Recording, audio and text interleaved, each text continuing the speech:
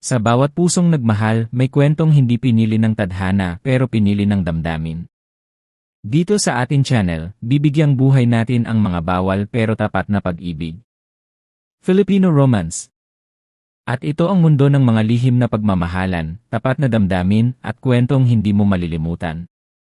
Please huwag kalimutan mag-subscribe, mag-like, mag-comments, o di kaya, share ang aking YouTube channel para sa iba't ibang kwento ng pag-ibig. Salamat. Kabanata 11. Ang lihim ng tiyan. Mula sa kwentong Kahati sa Gabi. Isang pag-ibig na bawal, ngunit hindi mapigilan. Tagpuan. Looban, Batangas.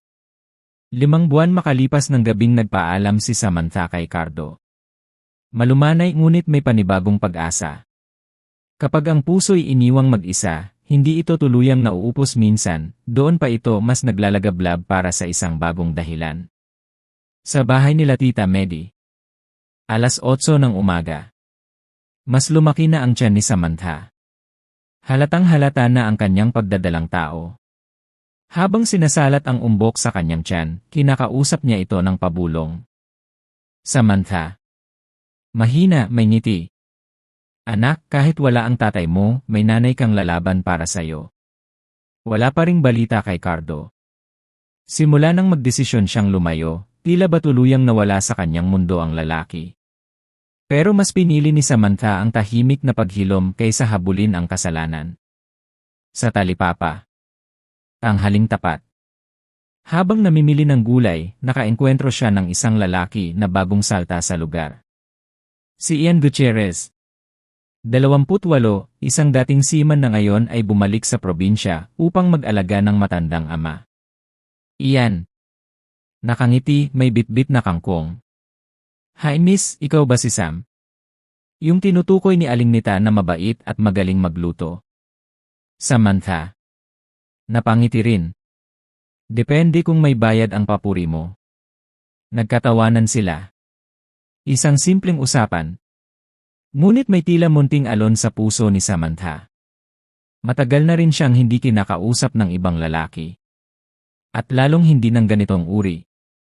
Maginoo at may respeto. Sa bahay ni Samantha. Gabi.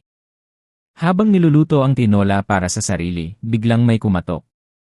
Si Ian, may dalang bayabas at pakwan. Ian. Pasalubong para kay baby. Pwede bang makikain? Napailing si Samantha pero pinatuloy ito. Sa hapag, tahimik silang kumain. Sa pagitan ng kutsara at mangkok, may mga ngiting nagsusulputan. Sa bawat pagtitig ni Ian sa kanya, may paggalang pero may kuryente. Sa loob ng bahay. Matapos ang hapunan. Habang nagliligpit si Samantha, tumulong si Ian. Sa pag-abot ng pinggan, bahagyang nagdikit ang kanilang mga daliri. Mainit. Mabilis. Maiksi. Pero dama. Iyan. Nakatingin. Sam, kung sakaling kailangan mo ng tulong, andito lang ako. Hindi para palitan kung sino man ang nawala, kundi para samahan ka sa kung anong meron ka ngayon. Nag-init ang pisngi ni Samantha. Hindi niya alam kung dahil sa kilig, hiya o bagong takot na baka mahulog na naman siya sa mali. Sa kanyang silid. Bago matulog. Habang hinihimas ang tiyan, iniisip ni Samantha. Isa na namang lalaki sa buhay ko, pero handa pa ba akong magmahal muli? Tahimik ngunit puno ng tanong. May mga lihim na nabubunyag, hindi sa salita kundi sa katahimikan ng gabi. At minsan, ang puso kusang nagbubukas muli. Kung naramdaman mo ang simula ng bagong damdamin ni Samantha, i-comment kung dapat ba siyang muling magmahal. I like ang video kung gusto mo si Ian para sa kanya.